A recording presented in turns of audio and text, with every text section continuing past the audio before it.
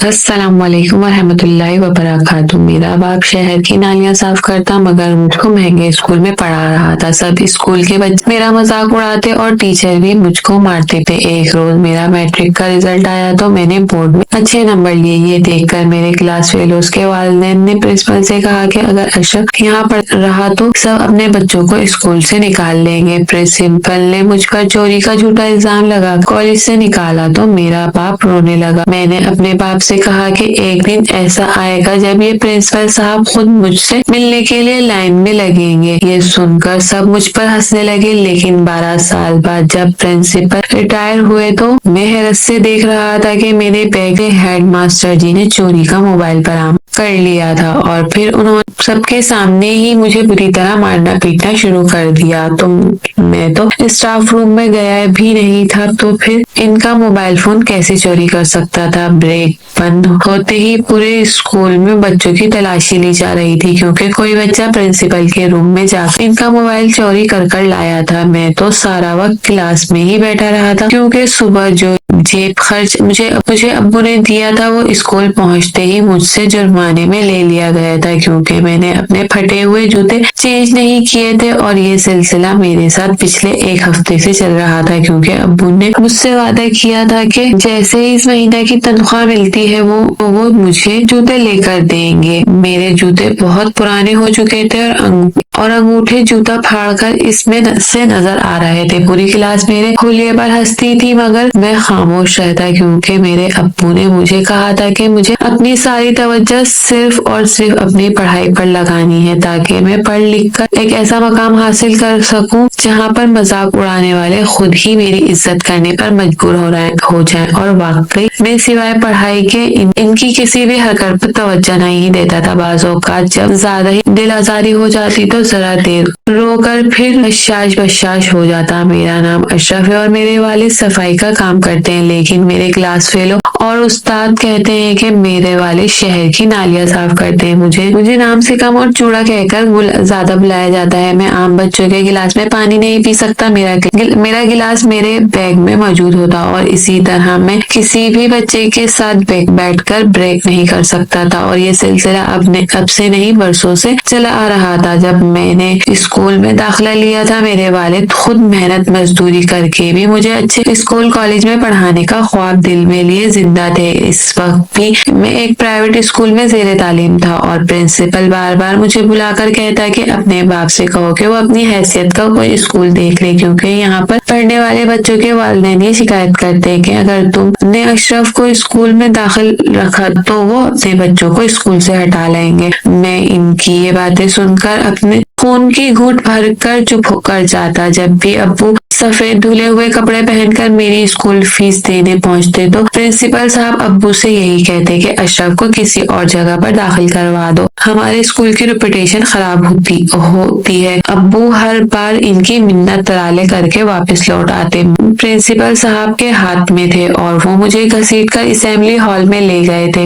باقی کلاس کے بچے بھی جمع ہونے شروع ہو گئے تھے۔ جبھی پرنسپل نے میرے ابو کو فون کر کے بلایا اور بیچارہ کاپتا کالج پہنچ گیا۔ ڈیسک پر سر لگنے کی وجہ سے میرے چہرے پر نیل پڑے تھے اور کئی جگہ سے کھال بھی اتر گئی تھی۔ میں رو کر پرنسپل صاحب سے کہہ رہا تھا کہ ماسٹر جی میں نے چوری نہیں کی، مگر وہ مجھے بڑی گندی گالیاں دے رہے تھے اور کہہ رہے تھے کہ اب وہ مجھے کسی صورت بھی برداشت نہیں کر سکتے۔ آج صبح تو میں بڑا خوش تھا کیونکہ میرا میٹرک کا رزلٹ لگا تھا اور بڑے شاندار نمبر لے کر میٹرک کے امتحان میں کامیاب ہوا تھا اور اب ہم لوگ فرسٹ ایئر کی کلاس میں بیٹھے ہوئے تھے۔ جیسے ہی میرے ابو کالج پہنچے تو پرنسپل نے مجھے دھکے دے کر میرے ابو کی طرف پھینک دیا اور کہنے لگا لے جاؤ اپنے اس گھٹیا بیٹے کو اور اسے بھی اپنے ساتھ ہی کام پر لگا لو۔ میں تمہیں کب سے سمجھا رہا تھا کہ اس لڑکی کے لچھن ٹھیک نہیں ہیں، تم اس کی پڑھائی پر پیسے برباد نہ کرو، لیکن تمہیں میری بات سمجھ نہیں آ رہی تھی۔ اب دیکھو اس نے کیا گھٹیا حرکت کی ہے۔ اسٹاف روم میں جا کر اس نے نہ صرف میرا فون چوری کیا بلکہ دوسرے ٹیچرز کا پرس بھی چوری کرنے کی کوشش کر رہا تھا۔ جب وہ اٹھ کر واش روم گئے تھے تو وہ اسے امجد نے دیکھ لیا تھا۔ سر امجد میرے کلاس ٹیچر تھے اور مجھ سے بے پناہ مار کھاتے تھے۔ ابو غیر یقینی سے میری طرف دیکھ رہے تھے۔ میرا زخمی چہرہ اور ہونٹوں سے بہتا ہوا خون ان کے دل کو کمزور کر رہا تھا۔ میں نے روتے ہوئے ابو سے کہا کہ ابو میں نے کوئی چوری نہیں کی،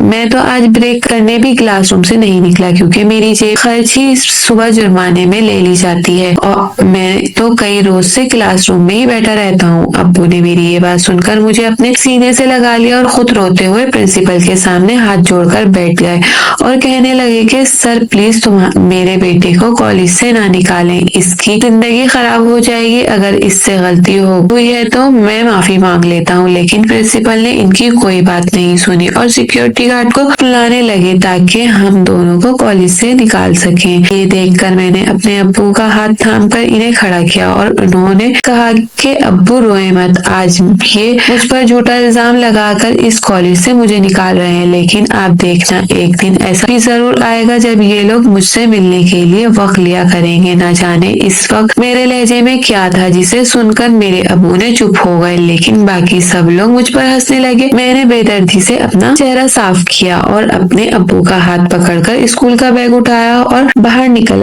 گیا۔ پہلے بھی کئی بار میری انسلٹ سب کے سامنے کی گئی تھی، لیکن اس بار جو ہوا تھا اس نے میرے معصوم ذہن کو نچوڑ کر رکھ دیا تھا۔ گھر پہنچ کر ابو چارپائی پر بیٹھ کر رونے لگے اور امی نے میرا حلیہ دیکھ کر اپنا سینہ تھام لیا۔ میں نے اپنے ماں باپ کو تسلی دی کہ وہ پریشان مت ہوں۔ کئی روز تو میں اپنے بگڑے چہرے کو لے کر گھر پر بیٹھا رہا، لیکن جیسے ہی میری طبیعت ٹھیک ہوئی تو میں نے فوراً اپنے ایک دوست کے پاس بھاگا جس پر مجھے یقین تھا کہ وہ میری مدد ضرور کر سکتا ہے۔ میرا یہ دوست پچھلے 6 مہینے سے ایک ڈاکٹر کے کلینک پر کام کر رہا تھا اور اس نے کئی بار کہا تھا کہ ڈاکٹر کو کسی لڑکے کی ضرورت ہے جو بی پی وغیرہ چیک کرے اور مریض کو ہینڈل بھی کر سکے۔ میرا خود کا بھی شوق تھا کہ میں بھی ایک دن ڈاکٹر ہی بن جاؤں، لیکن میں یہ بھی اچھی طرح جانتا تھا کہ ڈاکٹر بننے کے لیے خوب ڈھیر سارے پیسوں کی ضرورت ہوتی ہے۔ میں نے ابو کو تو نہیں بتایا تھا، لیکن دل ہی دل میں نے یہ سوچا تھا کہ نرسنگ وغیرہ کر لوں گا۔ میرے اس دوست کا نام مزمل تھا اور یہ اچھی خاصی پڑھی لکھی فیملی سے تعلق رکھتا تھا، لیکن اپنے شوق کی وجہ سے وہ تعلیم کے ساتھ ساتھ ڈاکٹر کے پاس بھی کام کرتا تھا۔ ڈاکٹر اس کے کام سے اتنا مطمئن ہوا کہ اسے اپنے بھائی کی لیبارٹری پر شام 3 بجے سے رات 10 بجے تک ملازمت دلوا دی۔ میرا یہ دوست باقی لوگوں سے بالکل مختلف تھا۔ جب تک ہم لوگ ساتھ پڑھے یہ میری عزت کرتا تھا اور اپنے گھر سے میرے لیے کھانے پینے کی چیزیں بھی لاتا تھا۔ اس نے میری بات سنی اور اسے غصہ آیا اور کہنے لگا یار وہ پرنسپل سیدھا یہی چاہتا تھا کہ تو اس کالج میں نہ پڑھے، باقی کوئی مسئلہ نہیں کیونکہ تیرے نمبر اتنے اچھے آئے تھے کہ ان کے دوسرے اسٹوڈنٹ نہیں لا سکے تھے۔ میں نے اس کی بات کو سمجھتا تھا۔ خیر مزمل مجھے اپنے ساتھ لے کر ڈاکٹر صاحب کے پاس پہنچا۔ ڈاکٹر کا نام قدیر شاہ تھا اور وہ باہر سے پڑھ کر آئے تھے، اس لیے ان کی سوچ باقی لوگوں سے مختلف تھی۔ انہوں نے مجھ سے کچھ ضروری چیزیں پوچھی اور پھر مجھے کہہ دیا کہ میں کل سے ہی ان کے پاس کام پر چلا ہوں۔ اگلے روز میں نے اپنا عید کے لیے بنایا امی کا وہ 2 سال پرانا جوڑا نکال کر استری کروایا اور تیار شیار ہو کر ان کی کلینک پر پہنچ گیا۔ کلینک کی صفائی کی، کولر میں پانی ڈال کر رکھا، ڈاکٹر صاحب کے کمرے میں اچھی طرح سے صفائی کی اور پھر وہاں کام کرنے سینئر لڑکے کے ساتھ بیٹھ کر مریضوں کو سنبھالنے لگا۔ ڈاکٹر صاحب مجھے کام کرتا دیکھ کر بہت خوش تھے اور انہوں نے بڑے لڑکے کو ہدایت کی کہ اشرف کو جلد از جلد ٹریننگ دے کر اس قابل بنا دیا جائے کہ مریضوں کو سنبھال سکے۔ میرے ذمہ ان کے گھر سے ان کا کھانا لانا بھی تھا۔ ڈاکٹر صاحب کی ایک بوڑھی سی ملازمہ مجھے کھانا پکڑا دیتی۔ ڈاکٹر شاہ کی ابھی شادی نہیں ہوئی تھی اور کھانا ان کی امی بناتی تھی۔